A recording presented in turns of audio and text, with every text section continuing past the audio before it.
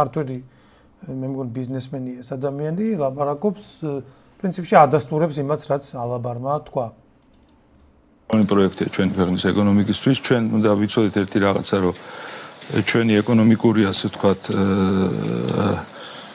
წარმატების და ზრდის მთავარი ფაქტორი არის სამშენებლო და ერთ-ერთი მთავარი სამშენებლო და დეველოპერული ბიზნესი და ზუსტად ეს პროექტიც ამაზე არის მომართული, იმიტომ რომ ჩვენ ამით ვართ უკვე კარგი ხანია დაკავებული და ამას აკეთებენ არა ვთქვათ პირველად შემოდის ესეთი დიდი მსხვილი უცხოური კომპანია, მაგრამ აქამდე ქართული კომპანიები იგივეს აკეთებდნენ და ძირითადი მომხმარებელი ასე ვთქვათ მათი იყო უცხოელები.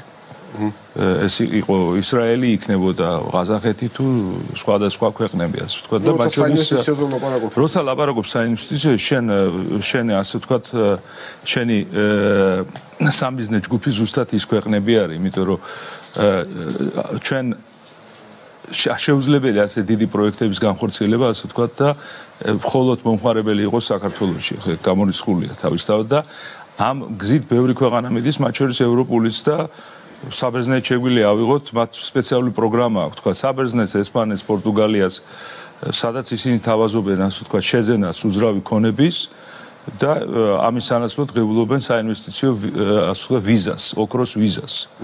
მათ არ აქვს სამუშაოუფლება, მაგრამ შეუძლია იცხოვრონ, იმოგზავრონ და ასე შემდეგ და მაგრამ თავარი პირობა არ იყო, ისინი არიან უნდა გახდნენ ფლობელები, კერძო, ასე ვთქვათ. კონკურენცია როგორ მოიზიდონ, ასე ვთქვათ, ყიდველები ამ შემთხვევაში. ჩვენი კონკურენტი ახლა არის აზერბაიჯანი, ზუსტად იგივეს აკეთებს სიბრიზი. ძალიან დიდი პროექტი არის ბაქოს თან ახლოს. ეხლა ალაბარის ინტერვიუს მოვისმინოთ, ბარემ სადაც ეს კაცი პირდაპირ ამბობს და მე სულ ამბობ ხოლმე, კარგია რომ ეგ მაინც არ არის ამტკიცებელი 60%-იო საერთაშორისო ყიდველზეა გათვლილია და კარგია რომ ეგ ითქვა, იმიტომ რომ რაც ხდება ეგ არ არის კარგი. მაგის მტკიცება რო არ გვიცევს ეგ არის კარგი და მოდი მოვისმინოთ.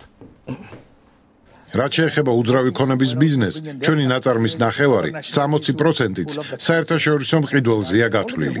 შესაბამისად, სახელმწიფოში უცხოური კაპიტალის შემოდინებაა. ადამიანებს არაბთა გაერთიანებული საამიროებიდან ენდომებათ აქ ქონების შესყიდვა. ქართველებს, რომლებიც უცხოეთში ცხოვრობენ, ბევრ სხვა ერს, რომელთაც ეს ქვეყანა მოსწონდა უყვართ, ეს მათთვის მეორე სახლი თუ დასასვენებელი ადგილი იქნება. შესაძლოა აქ საცხოვრებლადაც გადმოსვლა სურდეთ, რომ შევქმნათ ისეთი გარემო მათთვის, რომ მათ შვილებთან და მეგობრებთან ერთად ბედნიერად იცხოვრონ.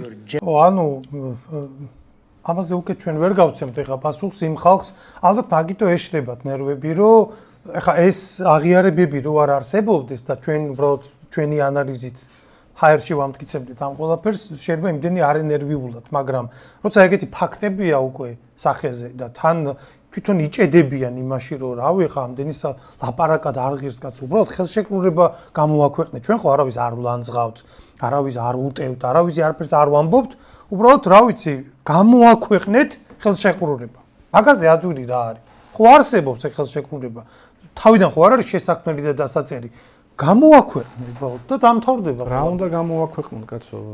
საიდუმლო სტატუსი მიანიჭეს კანონი ის რომ ვეღარ მოითხოვო მაგის გამოქვეყნება. თავრობა მიიღო განკარგულება, რომლის საფუძველზე გასაიდუმლოება მოხდა ამ ხელშეკრულების, ამ კომერციული პირობების. რაზე ვსაუბრობ საერთოდ, კაცო? აი ყველა ფაქტი იდევს მაგიდაზე. ანუ ადრე თუ ჩვენ რაღაცა ლოგიკური ვარაუდებით ვსაუბრობდით, ადრე რა, პირველად რო გაჟღერდა ეს საკითხი 11 თვის წინ. ეხლა უკვე ყველაფერი გასაგებია.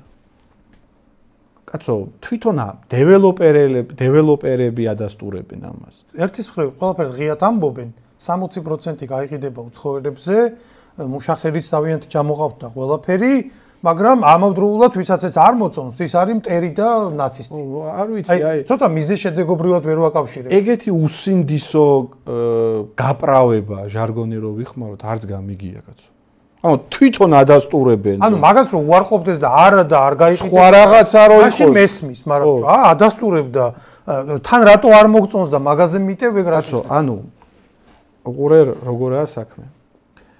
იმედის აი წამყვანმა, ვისაც ახლა ის რესპონდენტი ეჭდა.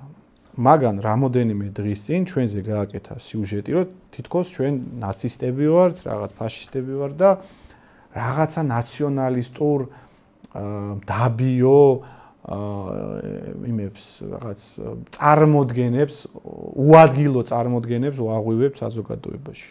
არადა ვსაუბრობ ძალიან მარტივ რაღაცას. თუ ეს ინვესტიცია გულისხმობს უცხოელების კომპაქტურ ჩასახლებას. კომპაქტურ ჩასახლების თვითონ გზასაც მარტივად აგიხსნი, ანუ ამ არაბების მიერ აშენებულ ბინაში გადაიხდიან ფულს უცხოელები და იმ აშენებულ კომპლექსებში ჩასახლდებიან. მათი საკუთრება გახდება. თუ ეს ასეა, მაშინ ეს არის ძალიან ცუდი და მავნებლური ინვესტიცია ჩვენი ქვეყნისთვის. ვინაიდან ჩვენი ქართველების დემოგრაფიული ბალანსი ირღვევა, ჩვენი საარსებო სივრცის არეალი მცირდება და ქვეყანაში შემოდის უცხო ელემენტი, რომელიც არაფერს შეაგჭირდება. პირიქით გზელვადიან პერსპექტივაში შეიძლება კონფლიქტებში გადაიზარდოს ეს ყველაფერი და ანალოგიური პოლიტიკის შედეგად კაც ორი რეგიონი გვაქვს ოკუპირებული, ხო? იქ ეთნოკონფლიქტის ნიადაგზე მოხდა ყველაფერი. ანუ სხვა ეროვნების ხალხი რო ცხოვრობდა მაგითო.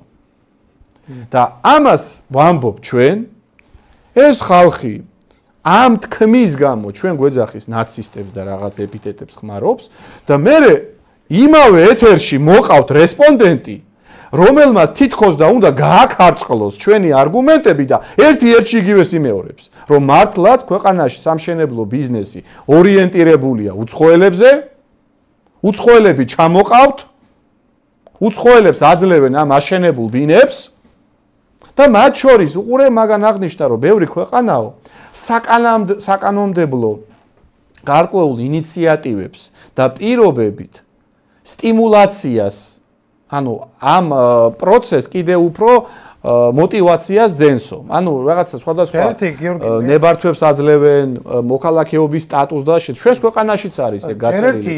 ეხა პრემიერი როცა აკეთებს ამაზე კომენტარს, ესე იგი ხვდებიან, რომ ამაზე რაღაცა სათქმელია. და იმის ნაცვლად რომ იყოს პასუხი, მაგალითად კალაძეს რო დაუსვი შეკითხვა, როდის გასაჯაროვდება, იქაც არ იყო, იმან თქვა მალე. და ერთ და იგივე ეს აშკარად შეთანხმებული მესეჯ ბოქსია, რომ ძალიან მაგარი ინვესტიცია, უპრეცედენტო რაღაცა, ამის წინააღმდეგ ვინც არის ქვეყნის ხალხის ეკონომიკურ კეთილდღეობას უპირისპირდება, ქვეყნის მტრები არიან და კიდევ ერთი ჩვენ ხა პრემიერის განცხადებას მოვისმენ, ახლახანს გააკეთა იქ ამბობს, რომ ესო ხაზარაძის პარტიამ დაიწყო და მერე ალტინფო აყვაო და ნუ მაგაშიც ტყუილი თქვა, ისევე როგორც ტყუილი თქვა იმაში, რომ უძრავი ქონების შესყიდვა უცხოელისთვის არ ნიშნავს აქ საცხოვრებელი იმის ბინადრობის უფლების მიღებას. ეგ ანუ ორი ტყუილი თქვა ერთ კომენტარში. მოდი ესეც მოვისმინოთ და მე გავაგრძელოთ საუბარი. მე თავიდან როცა ლელო მაწია ეს კამპანია, იცით რომ თავარი ვინც წევს ამ კამპანიას არის პირველი ლელო და ასევე არის მეორე პარტია ალტინფო, ხო? ჯერ ვიფიქრე რომ ლელო დაეშვა ალტინფოს დონეზე, მე ვიფიქრე რომ ალტინფო დაეშვა ლელოს დონემდე, საბოლოო ჯამში მივედი იმ დასკვნამდე რომ ორივე არის ფსკერზე. ასეთია ამ ადამიანების რეალურად სახე. ძალიან მძიმეა მათი მდგომარეობა, 6.5 მილიარდ დოლართან დაკავშირებითაც ახერხებენ სპეკულირებას, აქ რაღაცა გარკვეული ეპითეტებს იყენებენ ამასთან დაკავშირებით, რომ თითქოს უცხოელების ქალაქების შენდება საქართველოში და ამ შემდეგ ყველაფერი არის ცარიელი სპეკულაციები. ნუ ეს არის ცარიელი სპეკულაციებიო და თუ ცარიელი სპეკულაციებია, მაშინ შედალოცვილო ამის გამოქვეყნებას წინ რა უდგას. უბრალოდ გამოაქვეყნე და ყველას ვინც სპეკულირებს, ყველას ვინც პოპულიზმს ეწევა, თქვენსავე სიტყვებს ვიმეორებ და ესმევა წერტილი. მორჩა. რაც შეეხება ახლა ლელოსთან გაიგივებას, ნუ მეგობრებო, რა ვიცი ეს ინტერნეტის ეპოქაში ცხოვრობთ და ყველაფერი ინახება და შეგიძლიათ მოიძიოთ. პირველი ჩვენი ვიდეო ამასთან დაკავშირებით, როდესაც პირველად გავაჟღერეთ, საერთოდ მე მგონი მაშინ ჩვენს გარდა არავინ არ საუბრობდა ამ პრობლემაზე. 11 თვის წინ დევს YouTube-ზეც, Facebook-ზეც მე დავდებ ამ გადაცემის მერე მონაკვეთს, მაშინაც საკმაოდ დიდი რეზონანსი გამოიწვია, ცხადი არა ამ მასშტაბის, მაგრამ კონსერვატიულ ფლანგზე დიდი ვნებათ აღელვა მოყვა მაგ ინფორმაციის გაჟღერებას, უბრალოდ დეტალები არ ვიცოდით ბოლომდე და ვარაუდობდით, რომ ეს მოხდებოდა, მე თვითონ და აგერ ყველაფერი ახთა. ამიტომ ლელო რა შუაშია, კაცო, ხვალ რომ მზე ამოვიდეს და ხო ამოვა ხვალ დილით მზე და ლელომ რო თქვას, ხალხო მზე ამოვიდა, ესე იგი ჩვენ უნდა უარყოთ მზე აღმოსავლეთიდან ამოდის, ჩვენ რა უნდა მე უნდა ხო, მე უნდა უარყო ლელოს ჯინაზე მზის ამოსვლა? რა შუაშია, კაცო, არ მაგ კატეგორიაში ჩვენ არ შევდივართ, კაცო, ეგ არის ეხა ხელისუფლების PR ტაქტიკა, რომ ვიღაცასთან შენ გაგაიგივოს და შენ თავი იმართლო, არ მაინტერესებს. ლელო არც აპროტესტებდა, საერთოდ ამაზე არაფერს არ ამბობდა. ლელომ ერთი კვირაა რაც საერთოდ შეიმჩნია ეს პრობლემა. და ჩვენ ამაზე ვსაუბრობთ ერთი წელია. ამიტომ ეს რაღაც იაფასიანი პოლიტექნოლოგიური ხრიკები და პროპაგანდა ჩვენთან არ იმუშავებს. და დარწმუნებული ვარ არც ჩვენს მხარდამჭერებზე და აუდიტორიაზე ზოგადად. იმიტომ რომ ეს როგორი საკითხია, იცით? აქ პოლიტიკური კი არა, პარტიული ქვეტექსტი საერთოდ უადგილოა. მე დარწმუნებული ვარ ოცნების 90%-ს, მე გულისხმობ ამორჩეულს. 90%-ს ოცნების ელექტორატის ეს საკითხი აწუხებს. მე დარწმუნებული ვარ, აი რო გააკეთო გამოკითხვა და ვინც ოცნება აირჩია, რო კითხო, გინდა შენ ისეთი ინვესტიცია, რომელიც შენს ქვეყანაში კომპაქტურად უცხოელებს ჩაასახლებს. დარწმუნებული ვარ, ოცნების ამორჩეველთა უმრავლესობა უარზე იქნება. ამიტომ აქ პარტიული რაღაც საკითხების მოყვანა, რომ შენ ლელოსთან გახარ, არ მაინტერესებს, მაგ საუბარში არც შემოვალ. წეგამ საუბრობდით ნიუ-იორკში რა მოხდა? საქართველოში რო იგივე მოხდეს, მაგით დამამშვიდებ, რომ ნიუ-იორკშიც მოხდა? თან ნიუ-იორკში რაც მოხდა, ჩვენს არგუმენტებს ამყარებს. ხო. თან, ანუ ნიუ-იორკში რაც მოხდა, ჩვენს პოზიციას აძლიერებს. ხო და ვინ უარყოფს, რომ ეს MR ჯგუფი აშენებს რაღაც დიდ შენობას? ფაქტის ზონაზე გეტყვი. ვიცით, კაცო, თან რო იციან ეს აშენება, მაგრამ ვის ჩაასახლებს? ვის მიყიდის მაგ საცხოვრებელ ფართებს? მაგაზე პასუხი, კაცო, აგერ გაგვცა პრემიერ-მინისტრმაც და იმედის პროპაგანდამაც. პრემიერ-მინისტრმა განაცხადა, რომ წელიწადში 15,000 ბინა იყიდება უცხოელზე, ანუ წელიწადში ერთი ზესტაფონის ზომის უცხოელი ჩამოდის ჩვენს ქვეყანაში და აქ ბინას ყიდულობს. ანუ ყოველ წელს ერთი ზესტაფონის ზომის უცხოელთა დასახლება ჩდება. ცხადია, ხა ერთ ადგილას არა, მაგრამ საერთო ჯამში. რაც ცალკე პრობლემაა და ამას ვაპროტესტებ და ამის წინააღმდეგ ვართ, რომ არ შეიძლება, კაცო. არ შეიძლება შენ სამშენებლო სფერო გადააქციო იმის დემოგრაფიული სურათის შესაცვლელად. არ შეიძლება ამ საკითხის ამ მასშტაბით, ეს უკვე ეროვნული მასშტაბის პრობლემა, ეს არ არის უკვე კომერცია. ანუ ეგ მართლა სასაცილოა, რომ იცით, იქ მოხდა, ბიჭო, იქ რომ მოხდა, ეგ ჩემი არგუმენტია. მაგას ხსნი ამდენი ხანი, იქ რო ხდება, ის არ მინდა აქ მოხდეს.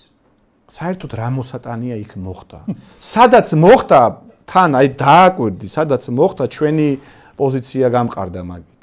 ლონდონში სადაც მოხდა, ჩვენი პოზიცია გამყარდა, აგერ ნიუ-იორკის ამბავი მოგიყევით. საერთოდ ნიუ-იორკი, რა ვიცი, აი ფრენკ სინატრას მაინც სიმღერა არ გაქვთ მოსმენილი, ნიუ-იორკი, რა კარგი სიმღერა, როგორი განსხვავებულია ნიუ-იორკი, ცათამჯენები, ნამდვილი ამერიკა იქ არის და გაიმარჯვა ნიუ-იორკში მერად ვიღაც ინდუსმა, მუსლიმმა მიგრანტმა.